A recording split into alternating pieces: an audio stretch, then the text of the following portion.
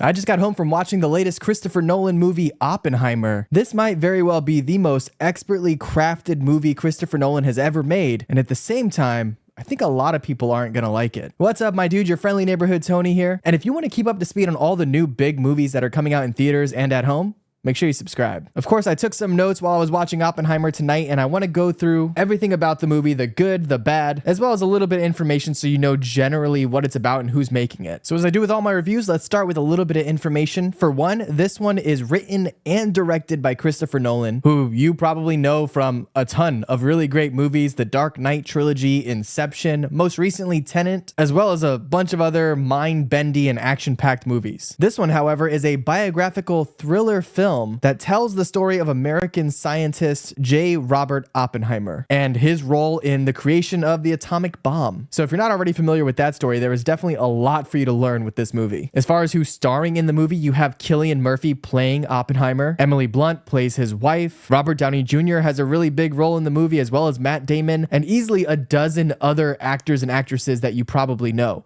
This movie is completely jam-packed with A-list celebrities. Also, being that the movie is based on the creation of the atomic bomb, you might be surprised to know that Christopher Nolan's crazy self decided to actually recreate a number of bombs that they used throughout the movie. So let's dive into my notes. Let's go over the pros and cons, the things I did and didn't like about the movie. And then finally, I'll explain who I think this movie is for, if anyone. The first thing that popped into my mind as I was watching the movie was both the cinematography and the music. This movie is completely visually and auditorially stunning. As you might expect from Christopher Nolan, he is a cinema freak and really a student of the game. So he does exceptional things here with both the camera work, the cinematography, the film choices that they use throughout the movie. If you're really into all that deep, nerdy cinema stuff, I'm certain that the Blu-ray is going to have some ridiculous special features. So there's so much to glean there. Also, the sound, as I mentioned, is really great in the movie. The music, but also just some of the sound effects that they use throughout it. One of the things that concerned me from the beginning is as it opens up, there is a scene where the voices are a little muffled. And I was thinking to myself, oh no, do not do this again, Christopher. But you kind of get used to it pretty quickly, and it's not one of those scenarios where you just can't understand certain characters. So it's not as bad as some of his other films. But I really don't know what his deal is with having unclear audio, specifically when it comes to dialogue. Aside from just having the movie look and sound really good, I think a lot of the performances were fantastic. Cillian Murphy has really gone from being kind of a side character in a lot of Christopher Nolan's films to just stepping into the spotlight as a A-list lead actor. And I think he does a phenomenal job here. You know, Oppenheimer is going through a lot of turmoil at this time in his life, and Cillian Murphy really kind of sells that and makes you feel that he is going through some of the most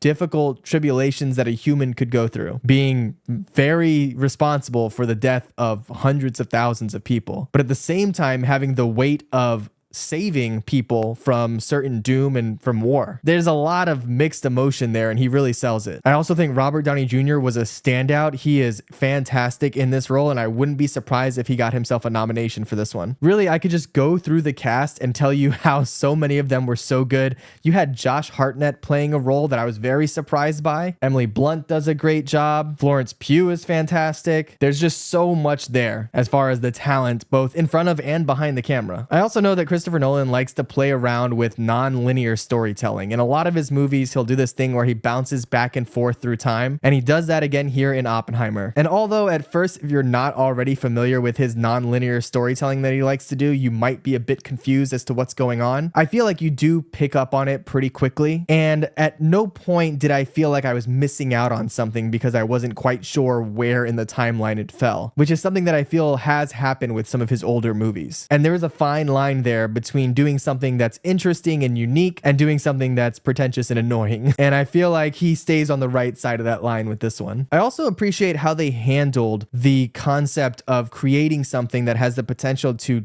end life and kind of the responsibility that comes along with that, while not celebrating too much, you know, the whole rah USA's #1 kind of thing that you might see in other films. There's again a fine line, a balance to walk there where you don't want it to sound too preachy in one direction or too haughty and big-headed in another direction. And he really leaves a lot of that up to your interpretation. Although we do know that Oppenheimer was very troubled by a lot of what came out of the atomic bomb program. We do also know that a lot of those scientists that worked on that program did feel like they were doing the right thing at the time. It was a very complicated thing to go through and a very complicated time in world history. Now, all that said, even though I do think that the movie is very expertly crafted and it has fantastic performances and it's a very interesting concept, it was not without its flaws. This is not a perfect film by any means. One of the more small nitpicks that I had with it is that some of the dialogue was a little clunky. One of the problems you run into when you're telling a story based on real events is that you have to dramatize certain scenes maybe more than they were actually in real life. And so there are moments throughout the movie where characters will say things to another character that don't feel authentic. They feel like something a Hollywood writer wrote up as a snarky comeback or like an artificially meaningful phrase. You know how like sometimes in movies for dramatic effect, characters will say something to themselves in a way that no one would actually say in real life, but it just comes across as extra dramatic in movies? Well, they definitely did that a number of times in this one. And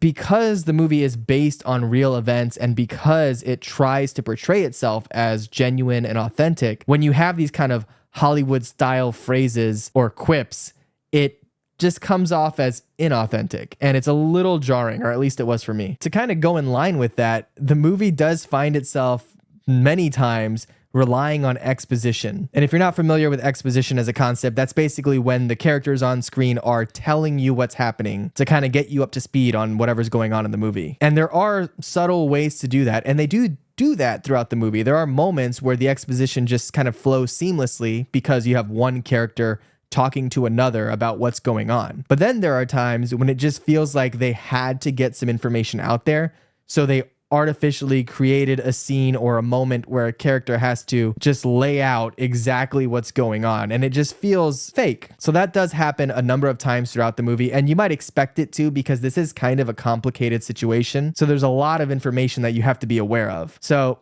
I mean, I don't know how they could have done that better per se, but it is noticeable. So I got to mark it down. Aside from that, the only real gripe I have is kind of a double-edged sword. You know, I talk about all of the great cast that they have in this movie, the fantastic actors and actresses, and it's true. There are so many incredible A-list celebrities that you're definitely going to recognize, but that is also part of the problem. It feels like every couple minutes they're introducing a new character, and it's not just kind of a side character, or rather, it is in the overall importance of the story, but because all of these characters are very well-known actors and actresses, when you see them on screen, your brain automatically tells you, oh, this is an important person, but then they only get 2 minutes of screen time. And so it just does a weird thing with your brain where you see this A-list celebrity, you expect that they're going to have more to do in the story, and then they just don't.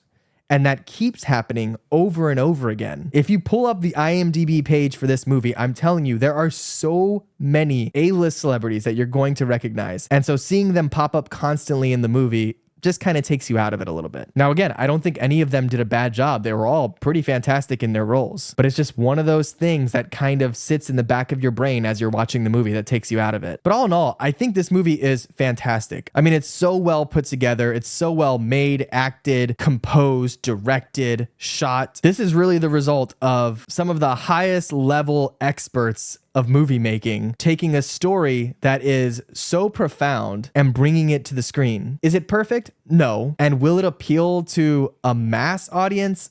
I don't think so. You know, when I think about who is going to enjoy a particular movie, of course you have people like you and I who are looking at movie reviews online, which probably tells you that you're into film. But then you have people like my mom, my sister, some of my friends that don't really follow film all that closely. And I think, would they enjoy this movie? Maybe. If they're interested in the story of the atomic bomb and of Oppenheimer's involvement in it, they might be interested in this movie. But if they're just the average summer blockbuster Marvel movie watching type, I don't know if they're going to get a lot of enjoyment out of this one. So even though I really enjoyed it, you might not. Of course, if you've seen Oppenheimer, maybe you went to an early screening like I did, let me know what you think in the comments below. And if you haven't seen it just yet, are you looking forward to this one? What are some of your favorite Christopher Nolan movies? I've actually been rewatching a lot of his movies recently, so I'm going to be doing a ranking myself. So if you want to see that, make sure you subscribe to the channel. I also recently did a review of the latest Mission Impossible movie, Dead Reckoning Part 1. So I'll link to that right over here for you if you want to jump into that now. Otherwise,